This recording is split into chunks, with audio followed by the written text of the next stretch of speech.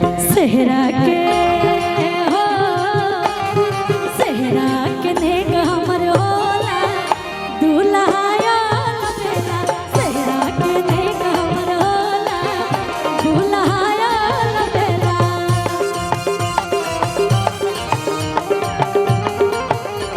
हमरो के नेक मिला था आज, रवो के नेक मिला था, हमने बहनी हुई। बिल्कुल आपके तरफ से भी हम बोल रहे हैं। और ये बड़का भैया है ना दुल्हा के भैया जी कहाँ बैठल बानी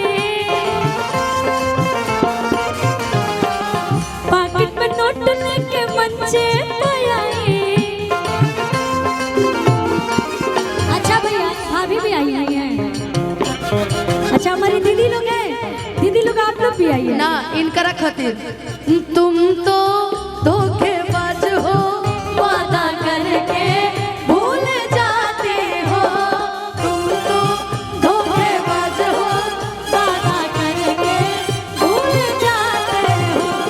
रोज रोज तुम तो सनम ऐसा करोगे दीदी रोज रोज तुम तो दीदी ऐसा करोगे हम जो रूठ जाएंगे तो हाथ मलोगे। आहा तुम भी बड़े मुस्कुरा के दिल जलाते हो। तुम वादा करके भूल जाते हो।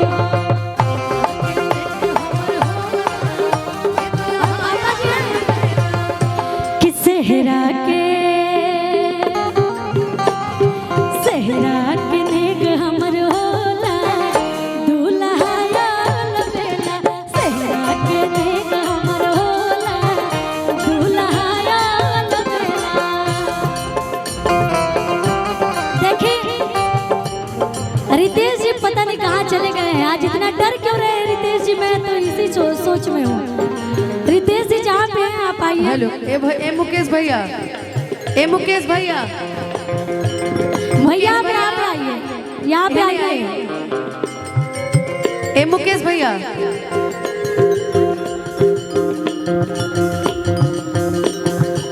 मुकेश भैया, सेहरा के नेक हमनी के न होला। मोनू अलबेला जी भी नेक दी होना आज। आज सभे दीजिए जैसा नेक दी बैठल होना। बा।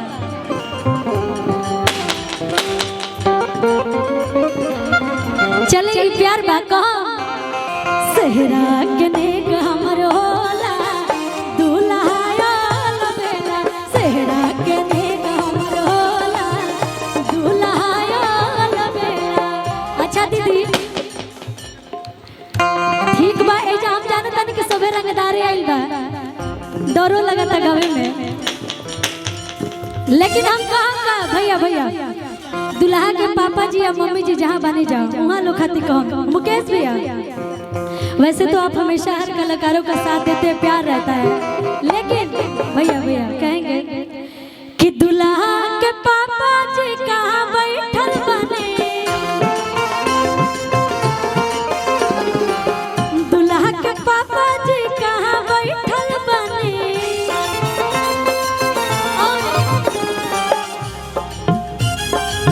पाकिट में नोट लेके मंचे पे आई। मौसा जी रघुओं के नेक देवे के बाद सबके देव के पारा पारी। और एक बड़े भैया अच्छा। की तरफ से आया है। आई अंकल जी जल्दी। हमारे अंकल जी आ रहे हैं, मैं सबको बुलाऊंगी भैया। ये मेरा हक है, आज मैं अपने भाई के तिलक में हूँ। जी जी बिल्कुल कहूँगी, मैं आपकी फरमाइश पूरा करके ही जाऊंगी। मैं और चाहती देखा चाची जी भी आ रहल बारी। दुल्हा के मम्मी जी कहाँ बैठल बने दुल्हन के मम्मी जी कहाँ बैठल बारी। मम्मी गुलाबी साड़ी में बड़ी सुंदर लगता है। बिल्कुल हम चाह कि रहो सब मंच पे आई और ये हमने के तरफ से आप सब खातिर बा।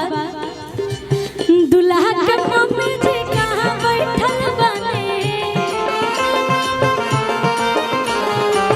पर्से में नोट दुल्हा लेके के बच्चे छोट तो बहन लाए। है।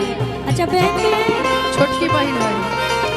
छोटी बहन मामा मामी फुआ फूफा जे भी बा सब हे मंच तक आई। और हमार दीदी हुई जो बड़ी दीदी दीदी दरुआ ते जो बटले बनी रहुआ कहे के नहीं खे दुल्हा के मम्मी जी कहाँ बैठल बने पर्स में नोट लेके मंचे पे आई काहे की। और देखिए हमारे माता जी है, माता जी के बहुत बहुत सारा आशीर्वाद मिलल, बहुत ही अच्छा लगल हमरा के। बहन भी आई हुई है अक्का। अच्छा एक सेकंड, माता जी के आशीर्वाद मिल गई। अब हमारे पापा जी भी मंच तक आओ तले। जिस्म से जान जुदा होगी क्या कमाओगे, देर ना जाए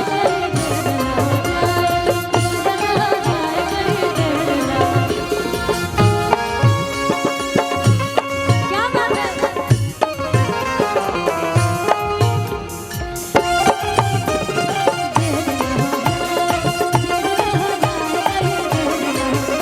जानती है दीदी से बड़ और कौन बात हो सकता। अगर कोनो कलाकार एगो फोन कर दे सारा कलाकार भोजपुरी इंडस्ट्री के जो इकट्ठा हो जाता तो इहे प्यार होवे और इहे बनैले बने। और हमेशा आशीर्वाद प्यार रहेला मुकेश भैया के, दीदी के भी, और तमाम जितना कलाकार आइल बने जा।